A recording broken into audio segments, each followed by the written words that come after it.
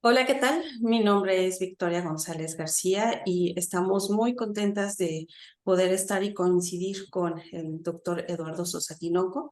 Él es médico especialista en medicina interna con una subespecialidad en geriatría y es el director de enseñanza del Instituto Nacional de Geriatría.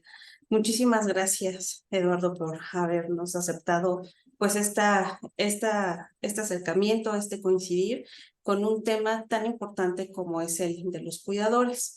Y antes de iniciar, me gustaría saber si pues nos das tu autorización para la grabación de este proceso y pues el objetivo pues es garantizar que ambas partes estemos de acuerdo en que se genere pues esta conversación.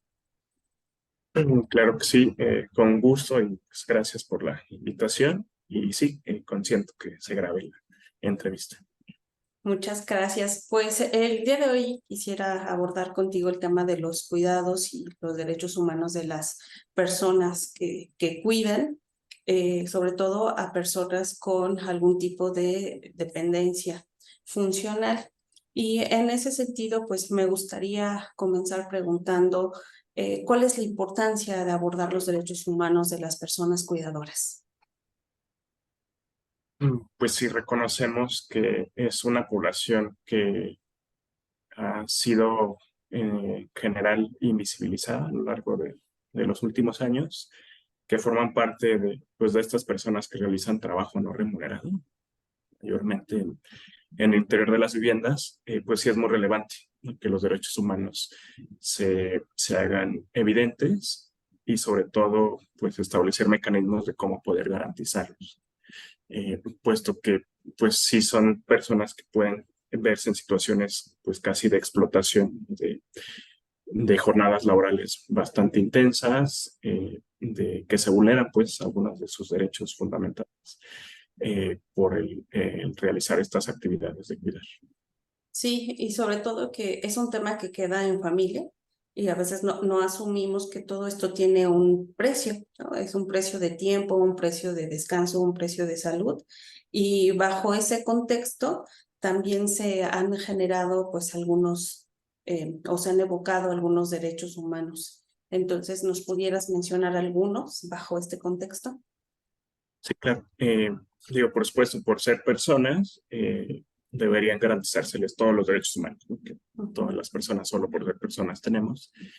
Pero en especial a quienes cuidan, me parece que algunos de los derechos fundamentales es, por ejemplo, el de recibir capacitación Ujú. para que mejore su autoeficacia y para que puedan brindar estos servicios de cuidado de manera efectiva y segura, por un lado. Y por otro lado, también el que tengan derecho a recibir apoyo o soporte, ya sea emocional, ya sea también, pues para poder descansar cuando lo necesitan.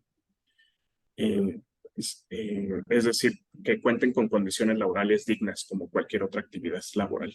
Creo que son de los derechos pues, esenciales que deberían garantizárseles a todas las personas que cuidan. Sí, correcto. Entonces, algo también que me parece que se ha estado visibilizando, pues es el derecho al tiempo propio y el descanso, que pareciera una cuestión como muy obvia, pero cuando las personas ya están como en esta dinámica de cuidar, se van rezagando estas condiciones para que las personas puedan tener esa oportunidad incluso de recuperación, ¿no? Y darle mantenimiento incluso o seguimiento a su condición de salud.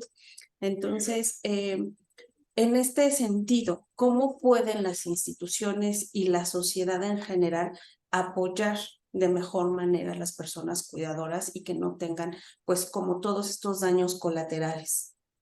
Claro. Pues hay como varias acciones, me parece, a nivel de la sociedad. En general, creo que uno muy importante tendrá que ver con el reconocimiento de quienes cuidan. Como mencionaba al inicio, es una labor que, como ocurre en el contexto domiciliario, en la vida privada de las personas, pues suele pues pasar por alto, ¿no? No ser reconocido, a veces ni por la propia familia, pues porque son actividades que se asumen que son naturales, ¿no? por pertenecer a una familia, como todo tipo de trabajo no remunerado que se realiza al interior de las viviendas. Entonces creo que eso es una acción fundamental, el que se reconozca como una actividad de suma importancia, que de hecho eso pues hay que tenerlo claro. Cuidar es tan importante que de eso depende que estemos con vida todos. Todos hemos sido cuidados, pues por lo menos durante la infancia y a lo largo de nuestras vidas.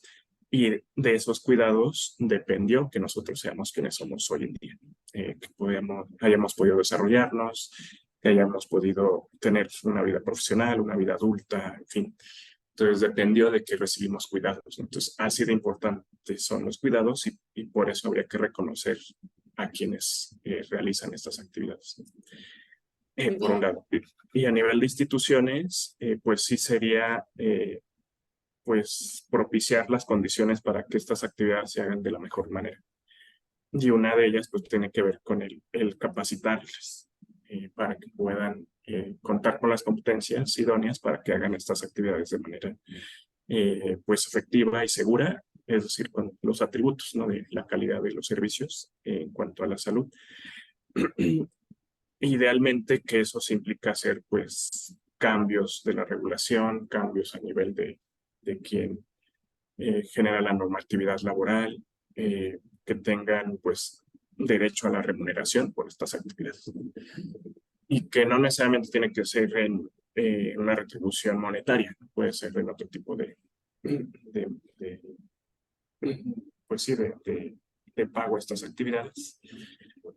O con licencias, por ejemplo, ¿no? Si hablamos de cuidadores informales que son integrantes de las familias, que puedan dedicarse a cuidar, pero seguir percibiendo su salario, ¿no?, como empleados formales. Pero bueno, ese tipo de ajustes del sistema pues son más complejos de llevarse a cabo porque implican cambios jurídicos en muchos sentidos. Pero eso también creo que es fundamental, que a nivel de las instancias correspondientes pues se avance en poderles brindar este tipo de soporte, porque sabemos que quienes se dedican a cuidar pues suelen dejar otras actividades que sí sean remuneradas. Y eso en particular afecta a las mujeres. Eh, y es algo que pues con estas situaciones de género, que si bien se ha tratado de avanzar en ese sentido, no se ha logrado pues una transformación que satisfactoriamente resuelva todas estas problemáticas. En el ámbito de los cuidados pues cobra mayor relevancia. Sí, justo eso. Y entonces, a mí me parecen excelentes como todas estas puntos de vista y recomendaciones y sobre todo ir ya visibilizando pues estos retos que se tienen en el cuidar. Y en este sentido me gustaría saber si nos pudieras compartir algún consejo adicional para las personas cuidadoras que pudieran estar viendo esta entrevista. Pues primero, pues reconocer que el trabajo que hacen o que están por empezar a realizar es, es de gran relevancia, ¿no? De hecho, es fundamental para que las personas que requieren cuidados, que por ende están en situación de discapacidad, puedan recibir pues una atención digna y que les permita mantener el mayor nivel posible de calidad de vida. Entonces, en ese sentido, quien cuida se vuelve garante de los derechos humanos de las personas con discapacidad, ¿no?, que requieren pues, cuidados. Entonces, su rol es realmente fundamental. Sin embargo, también es importante que sepan que el realizar estas actividades de cuidado tiene ciertos riesgos si es que no están suficientemente entrenados o capacitados para ello. Desde ciertos recursos psicoemocionales de cómo afrontar pues, los retos que implica cuidar a alguien, y también el contar con competencias pues, ya específicas de cuidados particulares, ¿no?, que las personas puedan requerir. Entonces, sí es recomendable que quien vaya a asumir estas funciones de cuidar o ya esté cuidando, trate de aprender más sobre esto, buscar instancias pues confiables para que les ayuden a adquirir las competencias que necesitan y de esa manera también mejorar su autoeficacia, es decir, su confianza que sienten de sí mismas para realizar estas actividades de manera efectiva. Y muchos otros tipos de capacitaciones en el manejo de emociones, de cómo organizar las actividades, porque cuidar puede volverse una labor de 24 horas, 7 días.